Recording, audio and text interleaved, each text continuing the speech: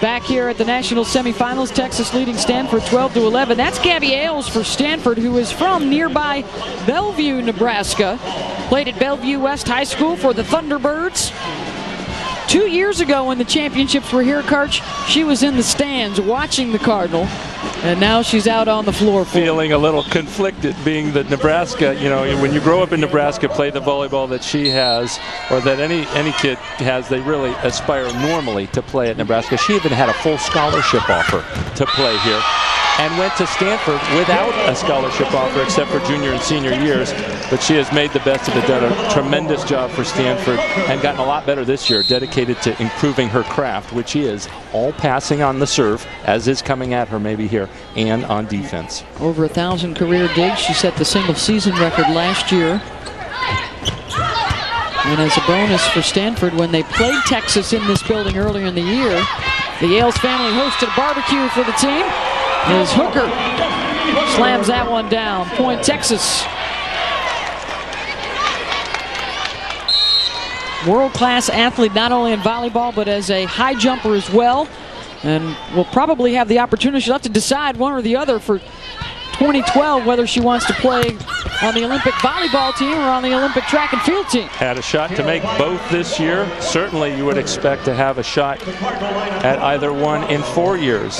The new USA women's coach just announced this week. Hugh McCutcheon will be joining us later. He's got to be watching a lot of the athletes on both these teams, and in the second semifinal coming up. A lot of potential there for London.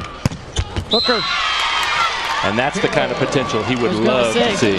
He's going to see a lot of folks on the floor in both these matches that could be on the U.S. Olympic team. Going right over Aaron Waller there. That's a great matchup for Texas.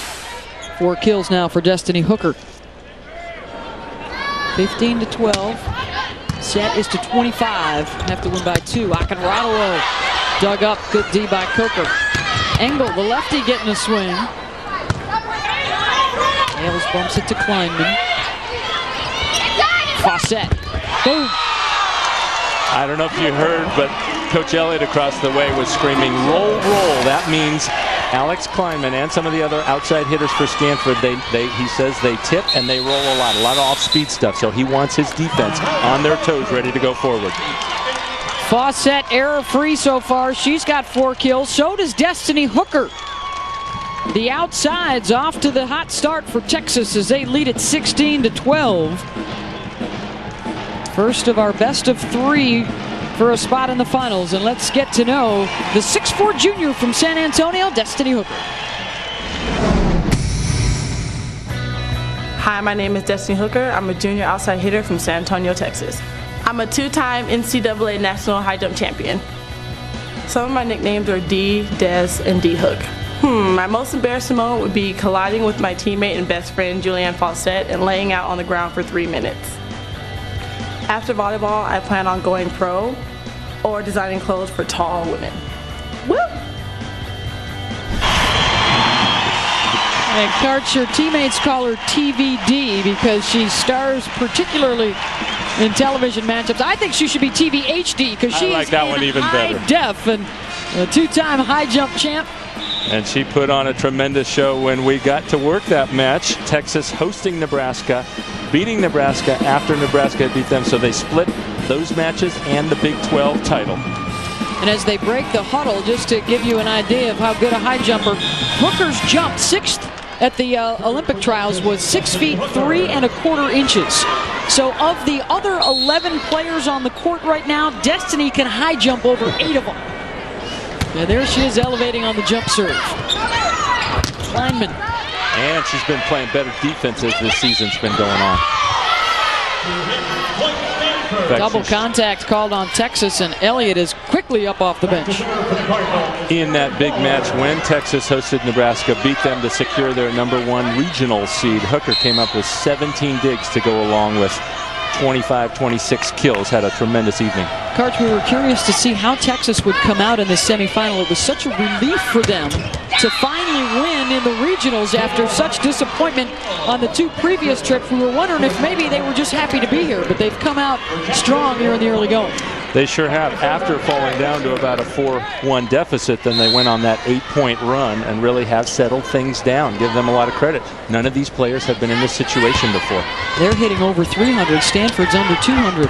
That's the roll shot that Elliott was talking about before. Lyman with the kill.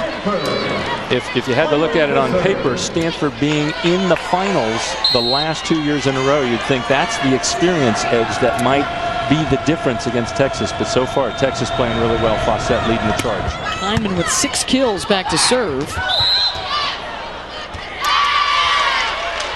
Whistle will go against Texas at the net point, Stanford.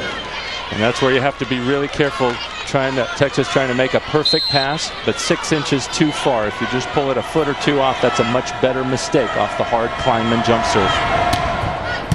That's a better one. Engel with the tip. Polini pounds it. Lauren Polini, the 6'5" senior from Ann Arbor, who was the regional most outstanding player last weekend.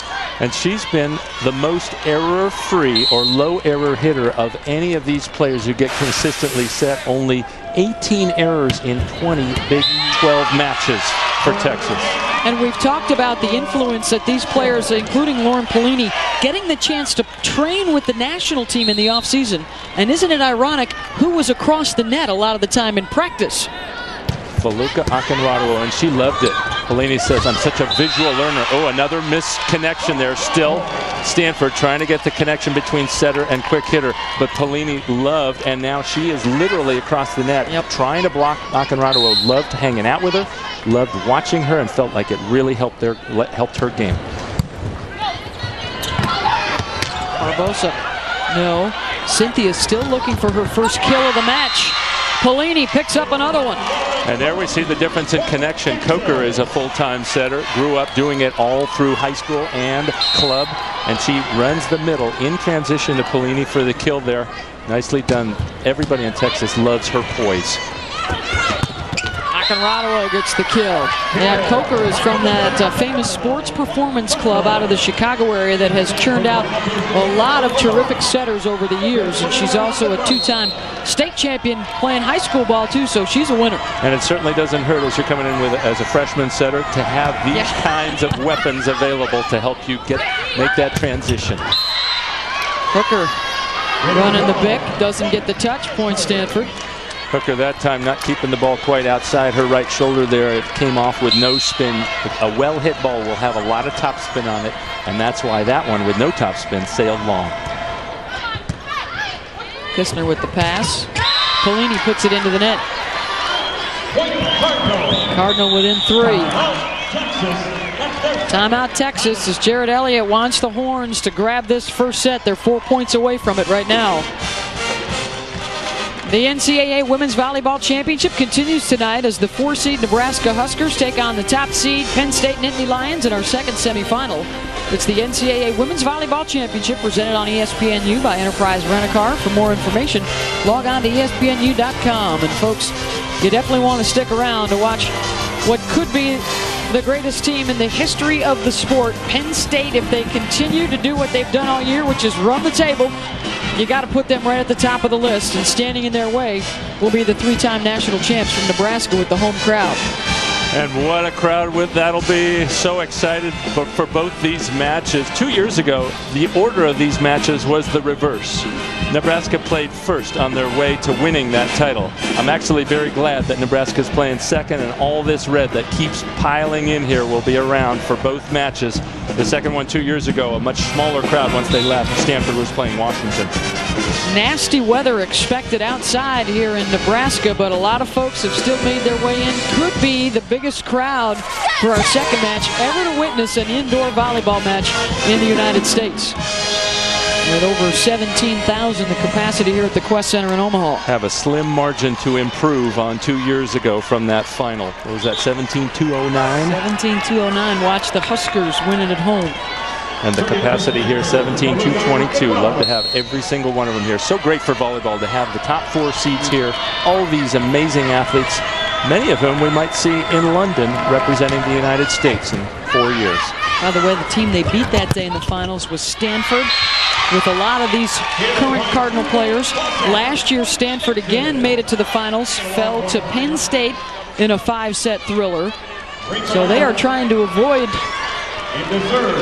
the possibility of becoming the first team in the history of the sport to lose 3 championships in a row. And 3 of these 4 teams, their seniors started their career right here in Omaha at this facility. The only team not here at that competition in '05 was Texas.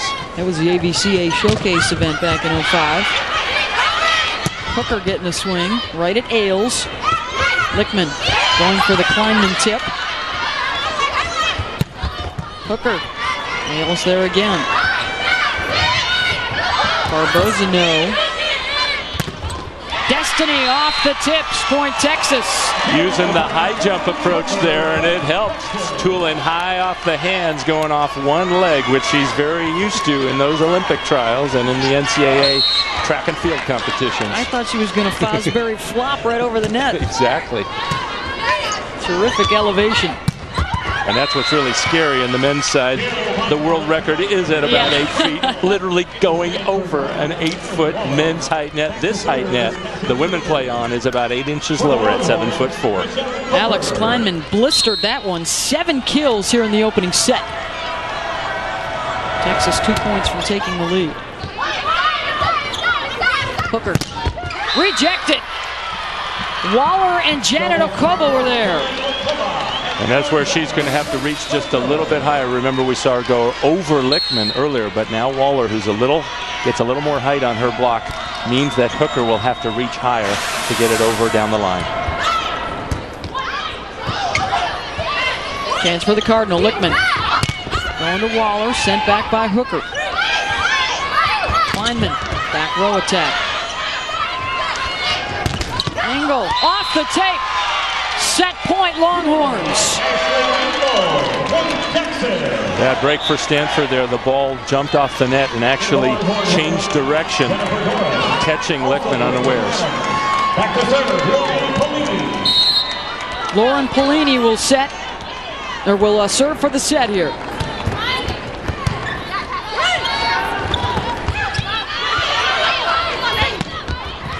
And they got it.